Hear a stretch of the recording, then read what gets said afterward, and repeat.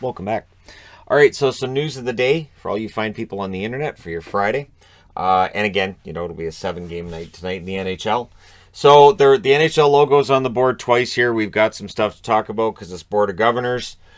First bit that came out of the Board of Governors meeting was basically along the lines of because of what happened with Chicago and the black eye that gives the NHL from a PR standpoint, as well as all the other stuff. And I know people are going to say, well, what about all, how the legal ramifications and how awful this was for Kyle Beach and everything? I know, but the NHL will see it as a PR nightmare and a black eye, so they're going to want to fix this. So the best way to fix this is to work with Sheldon Kennedy's Respect Group. This hits two birds, one stone. This shows that they're doing something about the culture in the NHL and trying to change that public perception, as well as working with Sheldon Kennedy, which on that presser that Bettman had there about a month ago now, he basically said, well, Sheldon Kennedy's experiences were at the junior level, so we're not really worried about it, kind of thing. So yeah, that's getting remedied. They're going to be working with their spec group. They're going to create a 90-minute training program that will be mandatory for executives, players, and staff. So what happens is after you watch something like this, that means that your name's put to paper or you do a digital signature, however they're going to do it, to say, I've watched this. And then once you've gone through this 90-minute training program, you can say, I've watched this and I've gone through this. Then the NHL can say, okay, we've got all your signatures. You all understand the guidelines here and what's against the rules and what's outside of what we're going to allow. And then there's punishments that can happen after.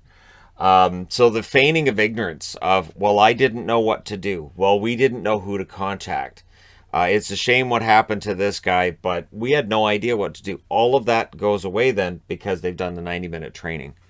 And so that would mean that the next time that there would be a scandal, whatever, and again, this is a whatever it would be. Like we look at the awfulness of what happened to Kyle Beach as an extreme example, but you would think there'd be much more relatively innocuous looking things to us right now, which the NHL would have in that 90-minute program, as that's not allowed either.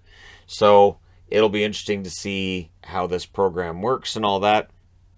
I know when there was discussion of this, I went onto the website for Sheldon Kennedy's group and went through it, and it's pretty solid. I actually thought, it might be interesting to just pay for the course and see how it all works, but we'll see how this unravels and unfolds with the NHL, and if it unfolds or if it unravels, right? Because it's the National Hockey League. But fingers crossed, everything goes the way it should. Minor trade in the NHL yesterday. I didn't fire up the camera and do a video specifically on that. Curtis Gabriel acquired by the Chicago Blackhawks in exchange for Chad Chris going to the Toronto Maple Leafs. This is simply a depth forward going to Chicago, who wasn't going to get a game in Vancouver anyways. I think in Toronto anyways. He might end up in Vancouver, right? But basically he wasn't going to play, and I think once they got Kyle Clifford in a trade, it became clear that, Gabriel's not going to get to play this year for Toronto, so he gets moved to Chicago. Chad Chris going to Toronto. Toronto looking for a little bit more defensive depth with injuries that have taken place in their organization. Chad Chris coming over from Rockford and provides that depth on the blue line for them with the Marlies. So it's basically an AHL move of two players who might see an NHL game this year, and I think Gabriel's chances of seeing an NHL game go up in Chicago from where they were in Toronto. So after the video went live yesterday, Rutherford was named team president for the Vancouver Canucks. Doesn't really change anything from the video I talked about where I talked about it yesterday. He is the interim general manager as well. I do not expect all kinds of crazy trades and all that. I've seen all the discussions of the bad deals that he's made, which is fine, but people have to realize he's made some really good trades as well, and he's made some good moves too. So I think it's easy to pile on and say, well, he's not good because. But for me, I just look at his resume, I look at his pedigree, and I say, you know what? It's a good idea to have him as the team president. Somebody else is going to come in as general manager. Now you can bring in a less experienced general manager, and Rutherford's overseeing the operations of the team and all that. So the team has also said that Rutherford has full autonomy, and I've never heard anything either And I'm saying, all honesty, I've never heard anything from anybody that I know that knows Canuck related stuff to say that Aquilini's been like really hands on and meddling in things from day to day. I think Benning had pretty good autonomy until near the end there, where it was obvious they were going to have to make a change. But Rutherford will have full autonomy. So any moves that get made, I think he has absolute right to make whatever move he wants. So yeah, we'll see what happens with the Canucks from here. Bettman, the Coyotes aren't going anywhere, he says. They're not going anywhere. Well, and he clarified it. They're going to go someplace else in Arizona. So the Tempe deal has not been finalized, right? Tempe is still out there, and they're still like probably months away from making a decision on whether or not to take that $1.7 billion project and say, all right. And I think maybe a sticking point might end up being the $200 million that they're taking, that they want in city taxes. So they want taxes to help pay for the building. And it's a $1.7 billion project, but raising taxes, even just on a local level, this is maybe not the best time to ask people. So we'll see what happens. Yeah, so the Coyotes are apparently staying in Arizona, and he threw in as well that the league's doing very well from a revenue standpoint right now. They anticipate over $5 billion in revenues this year.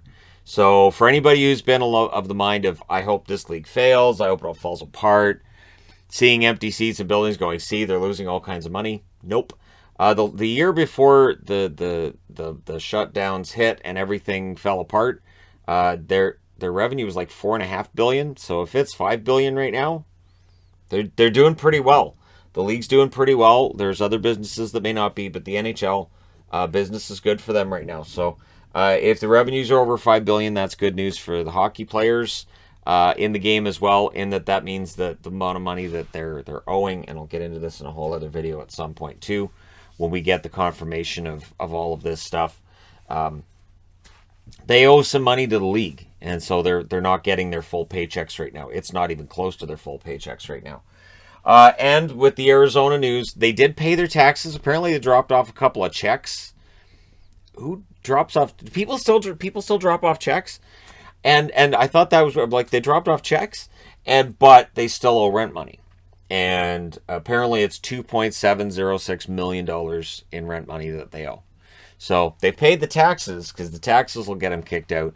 But out of that $2.7 million, apparently there's almost $1 million of that they have to pay by December 20th as well, or they get kicked out of their building. So somebody's grumbling somewhere in the Arizona organization about this, either because they didn't get it paid and they were supposed to, or because I was hoping nobody would notice.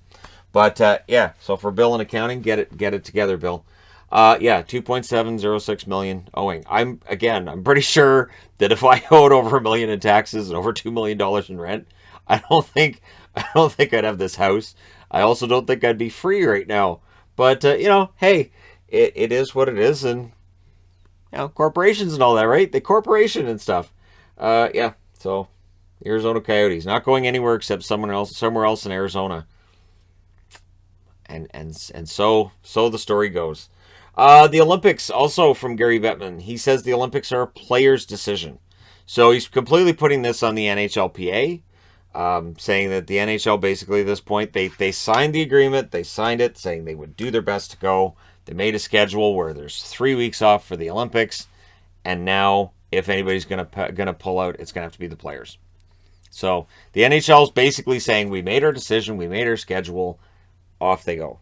Because the NHL isn't making like a ton of money on the Olympics or anything like that. So, and it's saying as well, it's a day-to-day thing. So right now, yep, there's still a go, but it is a day-to-day thing, and it's going to be the NHLPA who makes that final call.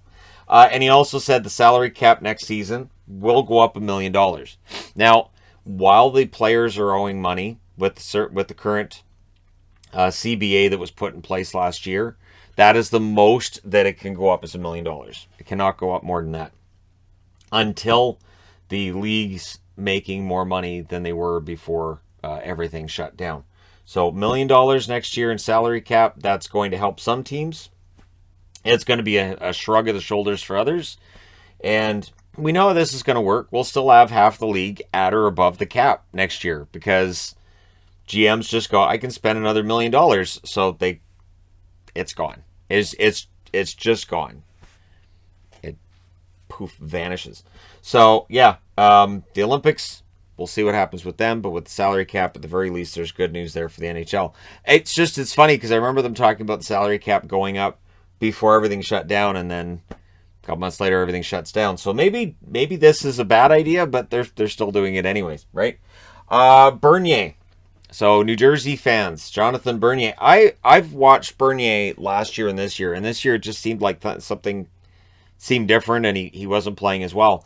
And maybe this is it. Lindy Ruff admitting that he's worried, concerned about Bernier's hip, which may keep him out for a while. And just the way that Ruff's saying this, keep in mind, Lindy Ruff's been around the game for 5 decades, right? So it sounds to me like with Bernier, maybe it's going to be one of those really long-term things.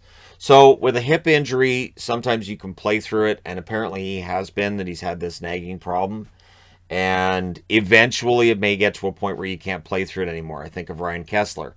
Eventually you can't play through it and you need to get something done. And in some cases that can be career ending. So I wish the best for Jonathan Bernier. I think he had an excellent year last year for Detroit. I think he showed he can be a very good goaltender still at this point in his career. And hopefully that heals up and he's able to play well once again in the National Hockey League. But we'll see. So let me know your thoughts in the comment section below as always.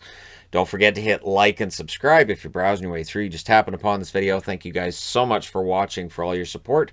Oh, I might add too at the end of this, when they asked Bettman about when he was going to retire, he basically said never. Basically said you're stuck with me for a long, long time. So there you go. Good note to end on. Thank you guys again for all your support. I'll talk to you soon.